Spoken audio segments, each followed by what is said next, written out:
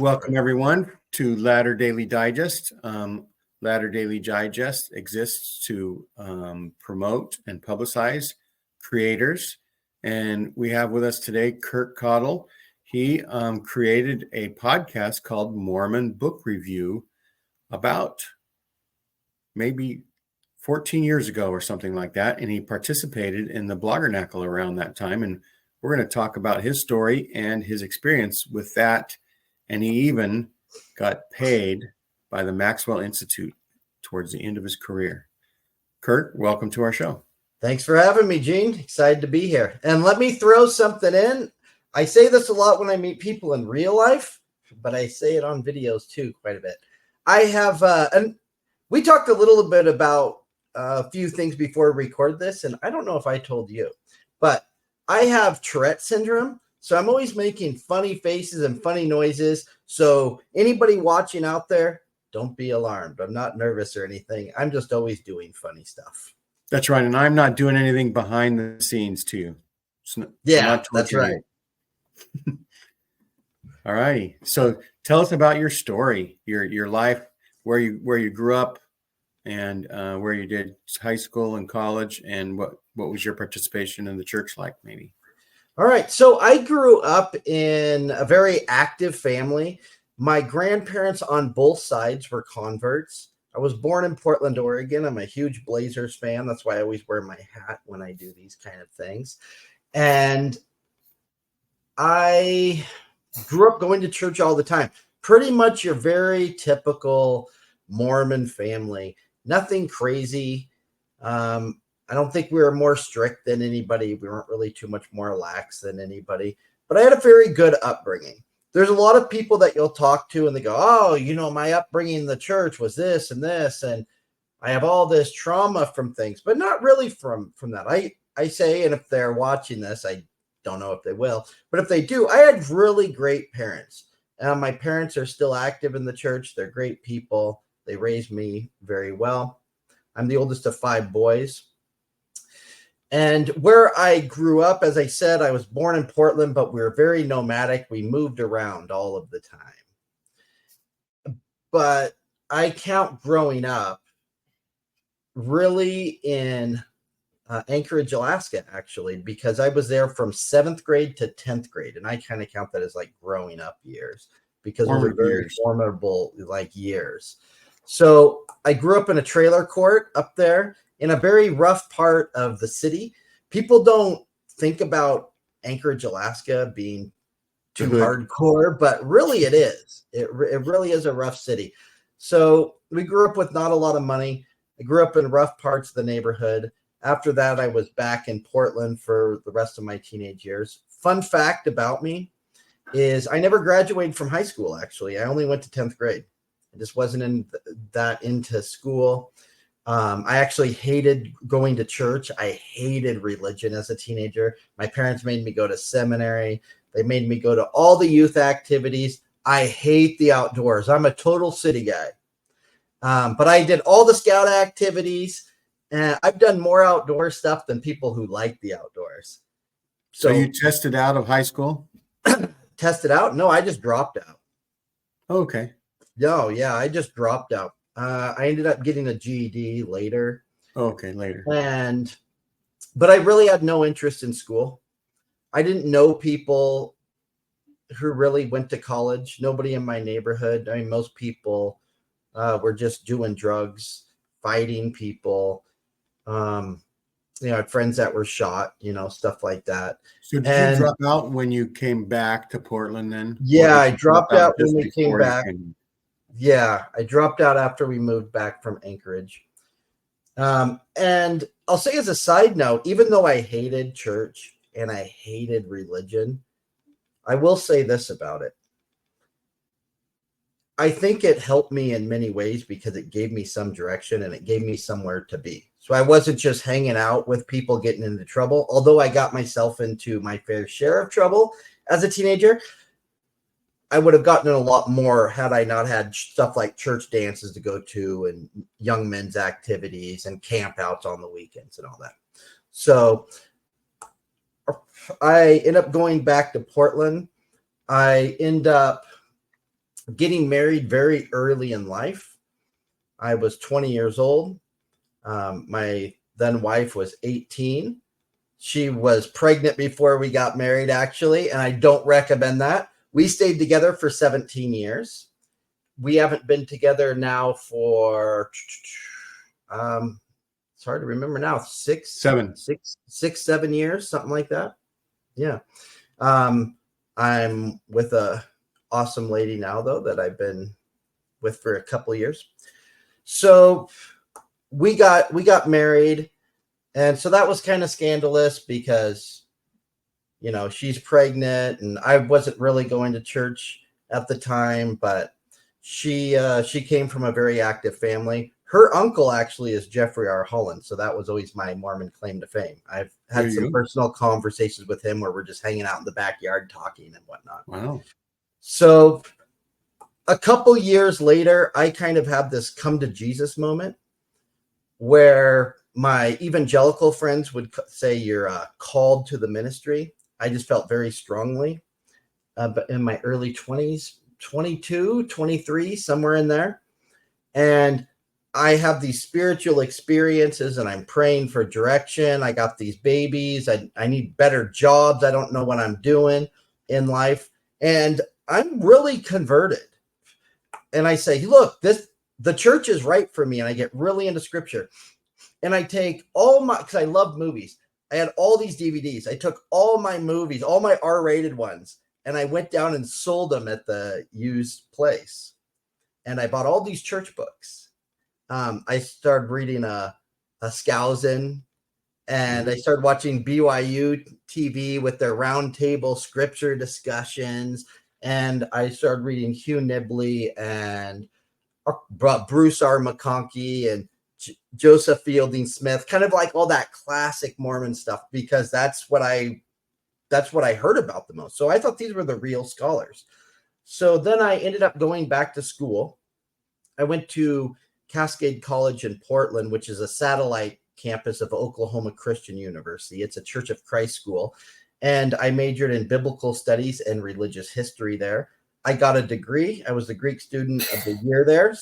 I was the first Mormon student ever, I was told, to graduate from there. And what was the city and state that was in again? It was in Portland. Okay. Yeah. And so then I got my degree in 2008. And then I went to a small liberal arts university outside of Portland, Oregon, called Marylhurst University. And I graduated in 2012 there. And my degree was in spiritual traditions and ethics. So I studied religion and philosophy. From there, while I was in grad school, I was teaching with the LDS Institute of Religion at Portland State University. I was down there once a week, and I would teach New Testament courses. I was also, as you introduced me, I was blogging quite a bit at the Feast Upon the Word website during kind of the earlier days in the Bloggernacle. So you taught at Institute? Uh-huh. So did you have to go through it was just volunteer. It was just volunteer. So I wasn't a paid instructor there.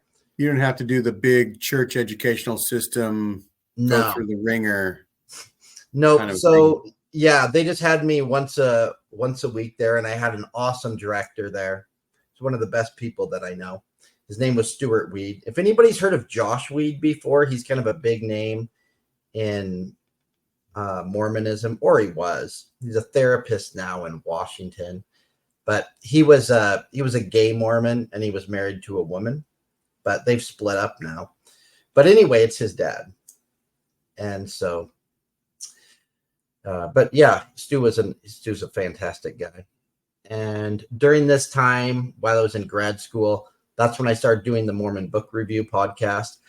And so you created the Mormon Book Review podcast. You came up. How did you come up with that name?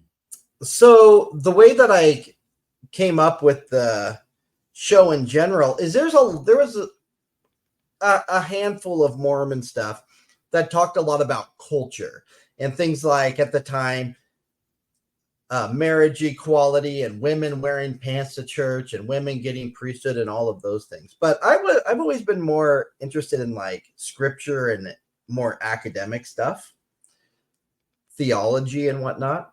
So I thought, hey, I want to have a show that I didn't see was out there where people are talking to people who are writing academic books. And we would stay away from politics and the rest of it. And we just kind of talk about theology, academia, these kind of things. So then, since it was about books and it was all about authors and it was about books that dealt with Mormonism specifically, I called it the Mormon Book Review because we were kind of reviewing the books on the podcast. Did you have a panel, or did you do, what was your first show like? Give us an example of what would have happened. The first show had really bad sound quality. So unlike now where most of these shows are on YouTube, this was back in the day when they were audio only. I think I did it. I haven't thought about a lot of this stuff for a long time, to be honest with you. People talked to me a lot a decade ago, but this is my first time in a while talking about some of this stuff. So my memory is a little. Did you interview somebody? Or 2010 to 2013, and my first person was, oh shoot, what's her name? She teaches at BYU. Her first name's Margaret. She was with the Mormon Association of Letters, and she did a film out of Africa, or is it called Out of Africa? Something Africa, but she does a lot of work with Latter-day Saints in Africa, I know. And I'm sorry I'm forgetting your last name. But anyway, that was my first show. I talked to people like Sam Brown, Richard Bushman was on my show. Wow. Joseph Spencer was on, he teaches at BYU. He was on my show. Adam Miller. A lot of the bigger names in academic realm of Mormonism at the time. You just used your connections to get phone numbers, or how did you contact these people? Well, I knew most of these people in person because I was already involved in academia and I was involved in doing stuff online. So while I was in grad school, along with a friend of mine who's not LDS, but she teaches at Lewis and Clark University in Portland. Her and I were the co-chairs of the Mormon Studies section of the American Academy of Religion. We did that for about 5 years, I think. And so I just knew a lot of people from academic conferences. So most of these people I just kind of grew up with, not, of course, when I was young, but like academically, I grew up with a lot of these people. So I'd run into them at different events. So most I had run into in person. So when I was getting the show, I already knew people, so I just reached out to them, and we had usually talked about projects or things they wanted to do in the future before I even had them on the show. Right. Because of COVID, I actually started studying church history more over a few years, and in 2022, I went to my first Mormon History Association group meeting, and because I was a first timer, I got to have breakfast with the Bushmans. So nice. Richard and Claudia Bushman sat at my table. And so I told them, hey, I've read Rough-Stone Rolling. I had my computer read it to me while I played solitaire. Nice. Well, one of the best experiences of my life still is, what was this? 2013, I think it was. So I think it was the year after I graduated with my master's degree. And this thing still exists, I believe. But every year, Terrell Gibbons and Richard Bushman put on the Maxwell Institute summer seminar. And for 6 weeks, they take somewhere in the single digits, probably like 10 or, right around in there. Grad students or younger professionals who are studying Mormonism, and we would study with them for 6 weeks. And then we would do a conference at the end for the public. And did they call it like a seminar or something like that? Yeah, it was called the Maxwell Institute Summer Seminar, I believe. And I think they still do it. Maybe just Terrell's in it right now. I'm not sure how active Richard is anymore. But anyway, I hung out with them and a bunch of other awesome people that I've stayed connected with from there. So that was a really cool experience. So you wrote on the Bloggernacle. Uh-huh. how large of pieces did you write? Did you write like pamphlet size or 3-paragraph responses of things? Did you dive deep into Yeshua of Nazareth or anything? What was your study in the Bible based? So what we would normally do, everybody would do something a little bit different, but for the most part, the blog, from what I can remember it, and if anybody's really interested in this, I say, I'm not sure if the website is still up or not, but it was feastupontheword.org, I believe. But the Facebook page is still out there. So if you look at Feast Upon the Word on Facebook, you'll still be able to see some of these old. I'll try to find those and put the links in the description. And so what we did on that blog, it was different than other blogs, was we would do lesson notes for both gospel doctrine and the priesthood release society lessons. So the teachings for our prophet books that we used to go through, we would go through and we would make commentary on some of those passages, and we would kind of delve deeper into some of the scriptures in the additional information section. So if somebody was a Sunday school teacher, they could look at your guys' writings.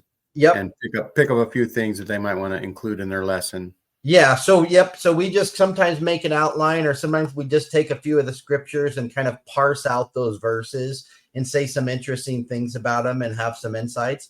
And people found it pretty useful. I mean, I think there was quite a few people that looked at the blog. I was visiting at the time, my in-laws that lived in St. George, and I was visiting their ward. And I said who I was, and they said Kirk Caudle. And then the guy that was teaching the elders quorum lesson while I was there said, "I'm using your notes for this lesson." And so wow. that was pretty funny. I was sitting in the class, and he just happened to be using the notes I wrote. Yeah. Yeah. At the time, I think I was a nursery leader, and I think I would just go and get pictures of Jesus and cut them out so the kids can color on them. Yeah. That was my level of scholarship at the time. Yeah, and I was faithful at this time. I say I ended up leaving / getting pushed out of the church 10 years ago. I think it was 2014, if I remember. Hey, let's talk about how the Mormon Book Review got sort of swallowed up by the Maxwell Institute. How does that happen?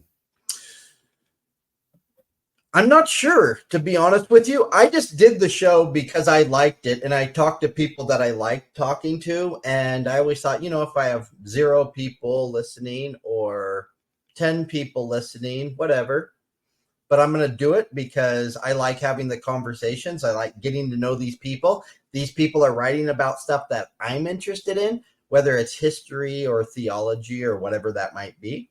And so I just did it. And after a while, people just kind of knew who I was. And I'm not going to sit here and say, I was anywhere on the level of some of these other Mormon podcasts that have gotten very large. But I had my fair share of listeners. And I knew Blair Hodges, who did the Maxwell Institute podcast at the time. And I knew a couple other people at the Maxwell Institute. And they called running the Maxwell Institute at the time. Do you remember? I do remember it, but now it's escaping me. It wasn't what's his face that was just called. Is there somebody named Spencer? It was before him. It was before Spencer Fluman. Yeah, it was the person before Spencer Fluman. Okay. And so you knew Blair Hodges. Yeah. And did he suggest it, or you were about to say? No, a different guy, Carl. Man, I'm a bad interview right now because I can't remember anybody's name. Carl Griffin from the Maxwell Institute. He called me and he said, "Why don't you come down to Provo?" I think this is actually when I went down for the Maxwell Institute summer seminar with Terrell and Richard. And so they talked to me and they said, "Hey, can we basically take the rights of your show from you? We'll take the name, all your past shows, so that we can use them for our own archive." And they paid me a few bucks, not much, but that was fine. They paid me a few bucks, and then I just continued to do the show under the umbrella of the Maxwell Institute podcast. That's so cool. Blair did a show, and then I did the Mormon book review. So those were both under the umbrella of the Maxwell Institute podcast. Did you and at change that point, it was a little easier to get guests too. Right. Did you change it at all once it got in there, except for it's just easier to get guests? It was mostly just easier to get guests, but yeah, I didn't really change the format. The format was really a bite-size overview of the book. The shows were usually about 20 to 30 minutes long. You'd look at what books were being sold at Deseret Books and see if anybody was interested in talking about their book on your show. I'd mostly actually look at what books I thought looked cool. And something that probably wasn't very popular for the most part, because the books that I was most interested usually weren't the biggest sellers. So I'd find just the books that I thought were the most interesting. But other than that, most people, I'm not going to say most, but over half of the people ended up coming to me because I had multiple publishers and stuff that would send me people or would recommend that I had people on the show to help promote their books. Right. Having the Maxwell Institute umbrella over you gave you kind of an in that way. Yeah. Yeah. So I had even more, once I was with the Maxwell Institute, I had even more people that were asking me to promote people on my show. But even before I was with the Maxwell Institute, I still had some of that. Did the Maxwell Institute say how many people listened to a podcast, or did they say, wow, this one with this book with this author was really, really popular, or anything like that? Do you remember anything? I'm sure they did, but I don't remember. I never paid very much. Yeah, I never paid very much attention to stats. I know they were like on the site when I do stuff, but oh, right. They used to be like at the bottom of the like page. At least 1,000 people listen to shows. A lot of times at the bottom of a page would say how many people visited the site or something like that. Yeah. Counters. They have counters. Yep. And yeah, so I think a lot of shows were like I'd get to like 1,000 on a lot of shows, I think, if I'm remembering correctly. Because there's quite a few people that listened to me. I mean, I knew people that followed me on social media or other things because specifically they knew about me on that show. So between the Feast on the Word blogging and the Mormon book review, a lot of people just kind of knew me online just from those. Right. So that's around 2014. You were still doing it, and you graduated. Yeah, I think that was the end. That was about the end. Yeah. You want to talk about the end? The end. I think I just stopped. Actually, well, no. Let me take that back. I think the end was like when I was out of the church. Now that I think about it, because everything at that point kind of halted at end of 2014. So what? I don't know if you want to hear about that. What was the impetus for you kind of not being interested in being in the church anymore? So actually, I was always interested in being in the church. Right. So after I got my degree, what I always have wanted to do is teach. I have a really big passion for teaching. I'm a huge extrovert and I love interacting with people. My day job's always been in mental health. So I've worked in mental health field actually for about 20 years, and I will get into some of that later. But what I always wanted to do was teach. And I finally landed a teaching job with BYU Idaho. I was still living in Portland and I only taught online. And I did this for, I think, about a year and a half. And I taught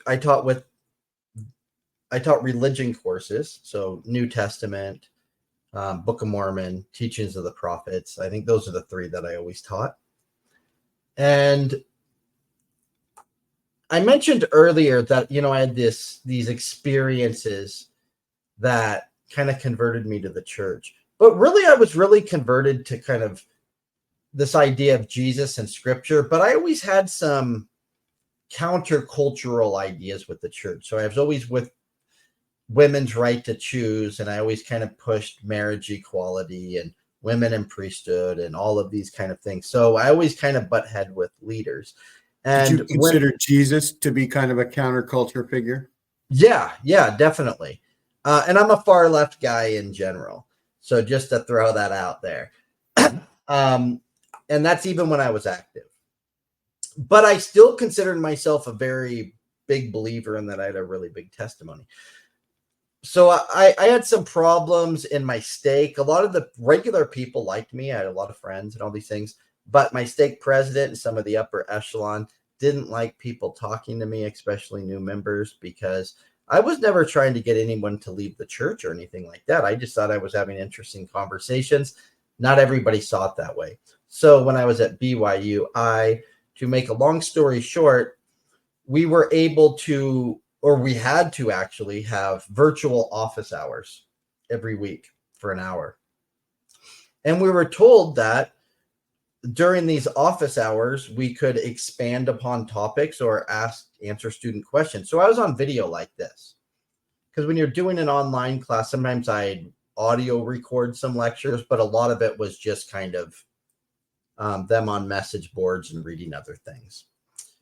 And there was some questions that came up. These were the two big ones. One was Fanny Alger and questions about polygamy. And the other was the secession crisis of the church. These were in the Teachings of the Prophet course. And I said, look, people are kind of getting off topic here, but if you want to ask me specific questions during my office hours, you can. So I was on there. Free time. Things are recorded. And I just answered student questions. And that was it. There was like a few people in there. Somebody complained, and I had to meet with the head of the religious education department and the head of online learning.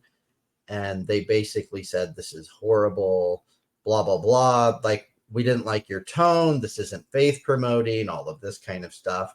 We want you to write a apology letter to all the students and people you may have harmed. So I didn't really write an apology letter. I wrote something, said, sorry if anything was misconstrued or whatever. But then they got mad at me again, and they met with me again. And long story short, they were going to get in contact with my stake president, who already didn't like me. And they were accusing me of apostasy, and they wanted to oust me from the church. And what's interesting is that this happened during the so-called Mormon purge during that year. Myself, John DeLynn, Kate Kelly, Rock Waterman, some of these other people, we all received calls from like the church, like within a week or so of each other. It was very interesting. And so definitely not coordinated. Yeah, it seemed to be coordinated. And the church actually sent out a response. Somebody smarter than me can Google this and find it. But the church sent out a response right around this time, because everybody was online was saying these were coordinated, obviously. And they said, no, everything's like local level. The church does not coordinate these things, basically. But all of us were very loud. Like I mentioned, I was doing my shows. I was teaching at Institute. I was at BYU Idaho. All of these kind of things. I was very involved in academia, so people knew who I was. And some of the things that I was saying, although I believed weren't unfaithful. And again, I had a testimony, but they were pushing me out, and it was a very hard decision, but I just decided to leave rather than go to a court or have them excommunicate me or any of that stuff. And it really gave me trauma. I'm not exaggerating here that when I was pushed out of the church, it was like for a few years, I really had PTSD from that. I felt really lost. So now you had trauma as a youth, but you had trauma as a 30-year-old. Yeah, definitely. I had a lot of trauma because I gave it, like a lot of us, I'm preaching to the choir, probably to some of the people listening, but I gave everything to the church. I love the church so much. That's why I did my education, knowing I'd probably never make a lot of money, but I wanted to serve God, and I felt called to that. And I paid tithing, and I didn't see my kids and my family a lot because I worked full time and went to school full time and volunteered at the Institute and did my callings and all of these things. And for You're the doing your people part, that, yeah, and for the people to build up the kingdom. Yeah, and for the people that I loved, and these leaders and these things to say, we don't want you anymore, Kirk. We don't want you. And what you're doing is harmful to people. That was like, that hurt my heart really bad because I didn't feel like I was hurting anybody. I feel like I was helping people. And this is the time where the church was rolling out the essays, the gospel topics essays.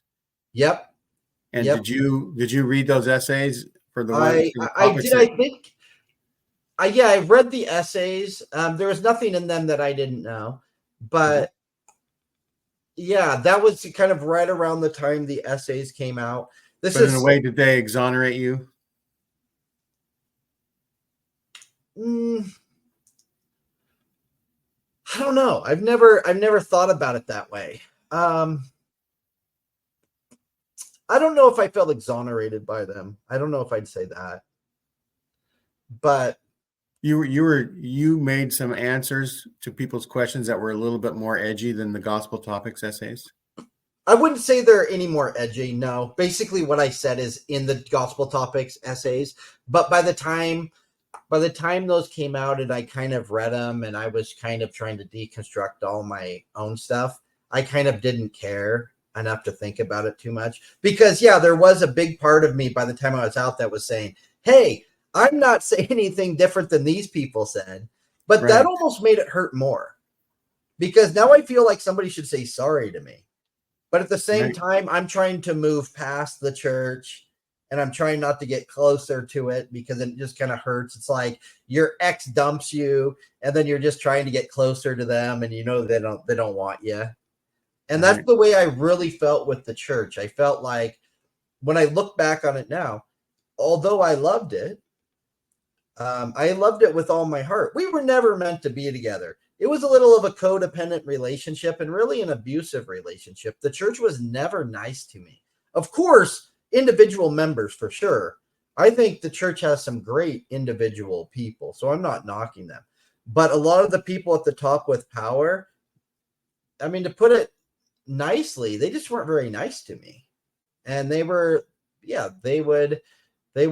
say things I think that were very condescending and a little spiritually abusive to me. It's almost like they were running a business and you were making them lose customers. Yep. Which is exactly because when there were new members, people would gravitate towards me because I'm friendly. I invite people over and we just talk about stuff. And you're like an extra missionary. You're like the missionary that knows more than the missionaries do. Sure. And then people would just kind of, know things. And I say no one's ever, I don't think ever, even now, left the church because of anything I said.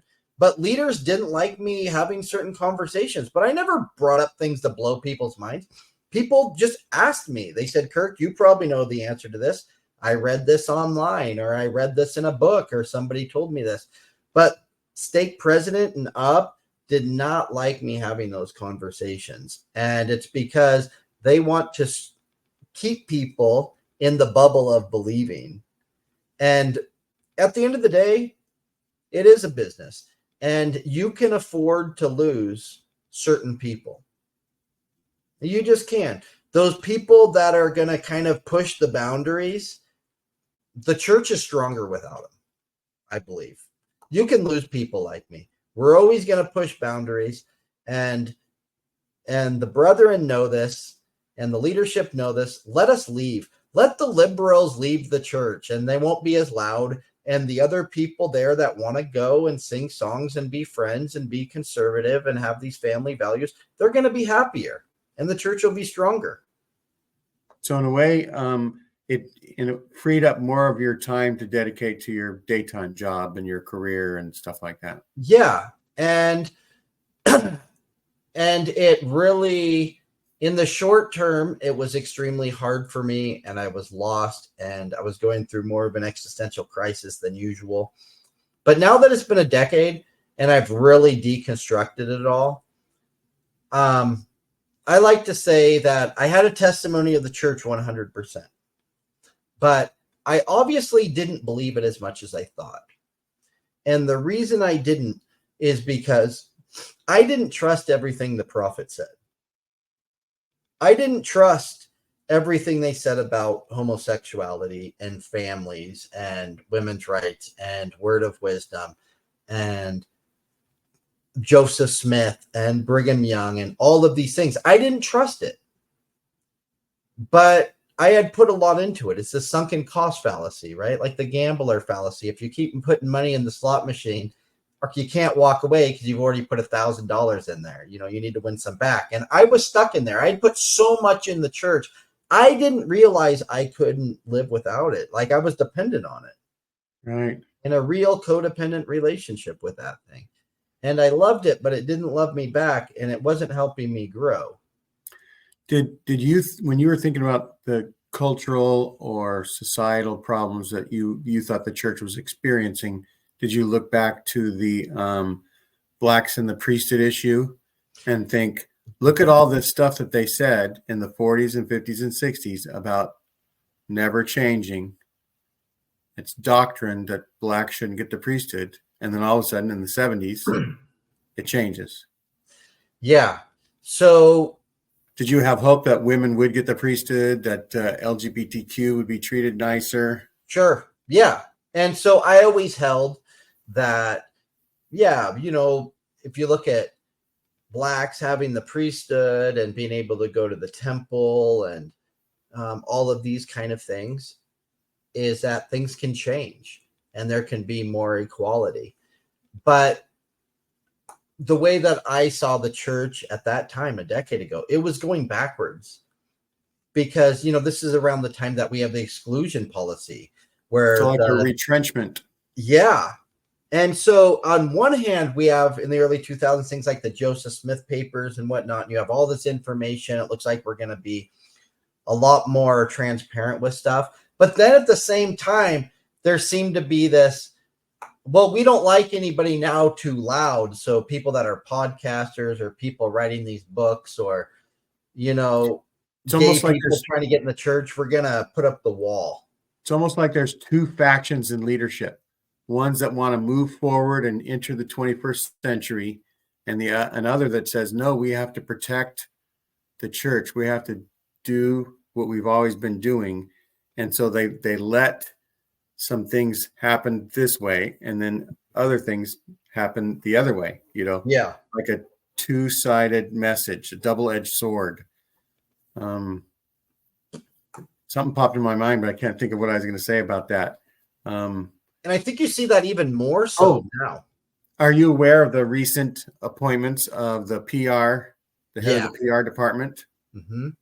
I've only seen a little bit of it, so I mostly just know about the pronoun thing. Right. And so you have somebody running the PR department now who has supported Rainbow Coalition beliefs, right? Right. He is a friendly person. Actually, I was in Sunday school today, and my understanding is that in the lesson manual, and they're talking about Nephi and Laban, is not mentioned what Nephi does to Laban, right? But the members of the church talk about it anyway, and they're commenting in the lesson, it's okay for Nephi to murder Laban because, and then they listed a bunch of justifications. And so on one hand, they've taken it out of the manual so that it's not going to be there over time, but yet the older members still remember the lesson from 4 years ago, the lesson that, Nephi said, I will go and I will do what the Lord commands. And it was beheading Laban. Yeah. And so you have a song about it. You have, all this stuff in the older members, psyche, and yet it's being removed, but not necessarily from the conversation, just from the manual. And it makes sense because the way that we're raised as members is to listen to the church, and certain things are very, very important. So an example I like to use is polygamy. Is there were people that had polygamous families in the 1800s. And these people were told, this is very, very important, right? You're going to need these wives to be exalted and There was even writings that Jesus maybe was a polygamist, but Brigham Young for sure was, and Joseph Smith, all of this stuff. John Taylor, people were trying to kill him. He was hiding underground in order to keep polygamy alive, to defend it. People went to jail. And then all of a sudden the church says, oh, never mind. Don't be a polygamist anymore. I mean, because we want to be a state. Right. And imagine if you had grown up with, this isn't a doctrine that will change. This is a core doctrine. That's hard. This would be the polygamy change, I think, would be the equivalent now of you being 60 years old and your whole life being told homosexuality is wrong. It has to be a man, woman. And then the church goes, oh, wait a minute. We're going to let gay people get sealed now. You would think this is impossible. So, of course, people hold on to these old stories and these old things because it's ingrained in us that certain things will never change. And they're so important. And that goes down to these stories, even like you say, Laban being killed. I was taught these stories when I was a little kid. I can't just all of a sudden forget them like they just don't matter or they're not pertinent anymore. Right. And that thing that happened in 1890 caused what eventually became like the LeBaron family murdering opponents, and the Lafferty brothers murdering their niece and sister-in-law or sister or whatever. Sure. Sister-in-law. And the FLDS to become a big thing. And I was watching an interview with something associated with the Daughters of the Cult, where they're talking about the LeBarons, and when the blacks were able to receive the priesthood, their churches grew because they were fundamentalist, and they still felt it was wrong. And so some of the members who still felt it was wrong sort of gravitated to the polygamist groups. Yeah. And it makes sense, though, to me, because if you're told by the prophet or at least apostles that this will never happen, that black people were fence sitters or they can be sealed as servants in heaven, but they're never going to get the priesthood. They're the seed of Cain, these things. If another prophet comes and contradicts that, but your whole life, the people you trusted the most, that were the most spiritual people, had made these statements, it doesn't surprise me at all that people go, wait a minute, this guy might be a little apostate. I say the same thing again now. If Nelson died and then, well, Oakes wouldn't be the guy to do it, but if he was all of a sudden, the next prophet said, yeah, gay people can get sealed in the temple, there would be a significant amount of active members who would say, I don't know what's going on. Right, like if Uchtdorf said it. Yeah, because it was exactly the same as blacks getting priesthood or polygamy going away or something, that these things are so, they've been said over and over and over and over to you in your youth. So young people would say, if they're 20, they'd say, yeah, okay, gay people can get sealed. Sure, it's a little weird, but all right. But people that are 60, come on. Like your entire life, you've talked about how evil this is. Like you're basically a murderer. Yeah. And so of course you can't change. But we're taught that about not just these little things, but we're talking about these like tiny things that are so hard to change when you're old, because little things just like playing like face cards. My grandma still doesn't use face cards. It's a little funny because most people do now, but she just grew up that you didn't use face cards. Things like Ouija boards or, all this little weird stuff that isn't taught anymore were big deals. I mean, now people like wear bikinis For the Strength of Youth album pamphlet doesn't say anything about tattoos or extra earrings or nose rings or anything like that anymore. And I was talking to somebody a couple weeks ago that went to BYU or goes to BYU Idaho actually, and she has tattoos, and it's like, you can have tattoos and go to BYU Idaho, and she's like early 20s. She's like, yeah, why wouldn't you be able to? And I'm like, I don't know, I always just thought tattoos were bad. And she's like, No, I haven't really heard that. That's And right. If this there's new writings on generation's temples, not a thing. the temple says it has a tattoo that says the house of the Lord on it. Yeah. But for my generation, but especially my parents, I mean, tattoos, you just don't change your mind on something like that when your entire life, all the people you trust spiritually have said how evil it is. That's right. And so, you know, I mean, we are actually living in an amazing time. We're like almost like living in 1889, maybe right now, because the next year could be a big change. And you know, as a historian, that there was how many manifestos on polygamy? Two that were direct and open, and there supposedly was one other one that was like a half of one or something that said, sure, okay, you know, we're not going to do this anymore or whatever.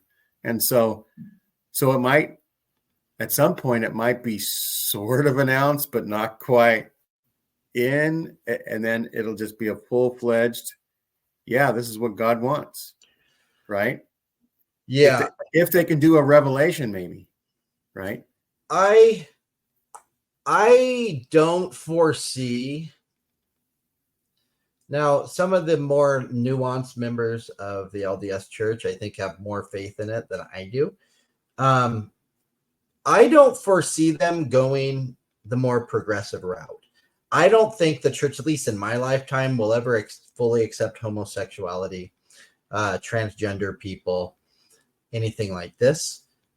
If anything, I think they are going to solidify their base and go more conservative, because I think going conservative, I think business wise is the way to go. Again, let the more progressive people leave. Keep the people that are paying tithing. Keep the people that'll die for you. Keep the people that vote for Trump. Keep those militant people, because those are the people that are going to keep your like communities close like that. The other people are causing problems because there'll never be enough of them. That's right. And so do I think the church will grow? I don't think the church will grow a lot. I don't think they're going to get a lot of converts, but I think the people they do have, I think are going to be solid. And any church that goes progressive, like we love everybody and LGBT people are okay and we do social justice, those churches don't make a lot of money because they don't require you to pay. And so some people will give a little, but those people aren't married to those churches. They come every now and again and we like it, but it's not the one and only true church. When you believe something's the one and only true church and you're a chosen person, and you give money to that thing and your time and efforts and talents, you're married to that and it's going to be stronger. And I think the church actually wants, in my opinion, to drop the people that don't feel like that. They don't want to continue to answer those people's questions. Why? They're just going to cause trouble. Keep the people that don't ask questions. That's right. Well, we are in an interesting period of time. No matter what, it's the different changes that there are changes that are happening. Like even the new Come Follow Me manual is the same manual for all the classes, from Sunbeams up to adult Sunday school. Now they do have sort of each lesson divided into two parts, like teenagers and younger, or younger than teenagers, like primary and adult Sunday school kind of, or middle school or whatever. But they but it's a rollout of kind of a little bit of a change. And they're going to probably be able to put in that every time they put a change in the lessons, it'll be a change in everybody's manual from now on. And so it's a way that they could either become more conservative or become liberal. So it could be, something can happen. You know what I mean? I was wondering just now, what if Trump actually becomes the candidate and then gets trounced in the general election? And then that sends a signal to the conservative faction in the church that maybe we shouldn't go that direction. But it would have to overlook all of your concerns that you just, mentioned. I think it does the opposite, because I think what's going to change the church the most. There was a study that just came out. Who knows if the number is accurate? I have no idea. But it said that only 40% of Utah is Mormon now. Right, 42%, right? Was the confident. And number. I think that's what is going to happen is when you stop having your entire, because the church really runs out of Utah, let's be honest. I mean, it's everywhere else, but really the policies come from there. And so when you're in these towns and everybody in your school is LDS, and, in your cities and everything's LDS, you're going to act a certain way and see the world a certain way. But when you have people leaving, now that you have all of these members in a ward and they're saying, my grandson's gay, or I have a brother that's gay, or I have my uncle who left the church, or 2 of my kids left the church, or this person secretly drinks coffee. I know they don't think it's that big of a deal. When you start dealing with that, and then you have all these people that move in that aren't LDS, I think that's going to change the church. And again, what I think is, I think that they're going to turn inward, and the persecution complex, this is the same as Trump loses. That's going to be a sign that they're being attacked, that the country has really lost its way, that they're not going to vote for the good people. And I think this second coming is even closer. It's even closer. And so as you see people falling away, drinking more alcohol, more non-members doing these things in Salt Lake City, I think you're going to see more members kind of hunker down, and there's going to be more of a persecution complex that is going to arise, rather than say, oh, we're going to open our doors and let everybody in the temples now. You don't even need a recommend. We just accept everybody. I don't foresee that happening, because that's when you lose control. But when you hunker down and rely on your base, that's when you keep control. That's you right. want people that are giving you everything. Well, we're running up on nearing the hour. Let's put a pin in the fact that your graduate degree was in what again? Spiritual traditions and ethics. Spiritual traditions and ethics. I'd like to do a show and talking about that. How is that impacting society? Because a lot of people say they're spiritual but not religious, right? And this is maybe one way to explore how does that work, right? Yeah, that'd be a cool thing to look at, kind of Mormonism and kind of bigger related to the whole thing, right? And then also you are working with a youth program. Mm-hmm. What's the name of that? Or are you free to say I work with yes. I mean, I don't think there's any reason I can't, but I live in Idaho Falls now.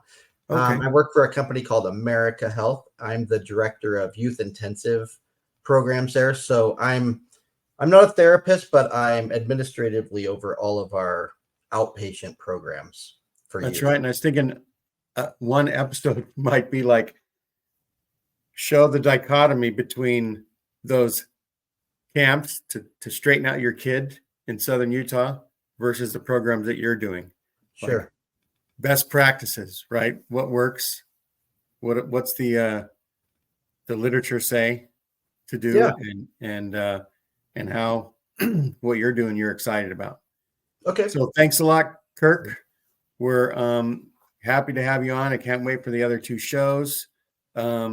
Everybody, if you like what you heard today, hit like and subscribe.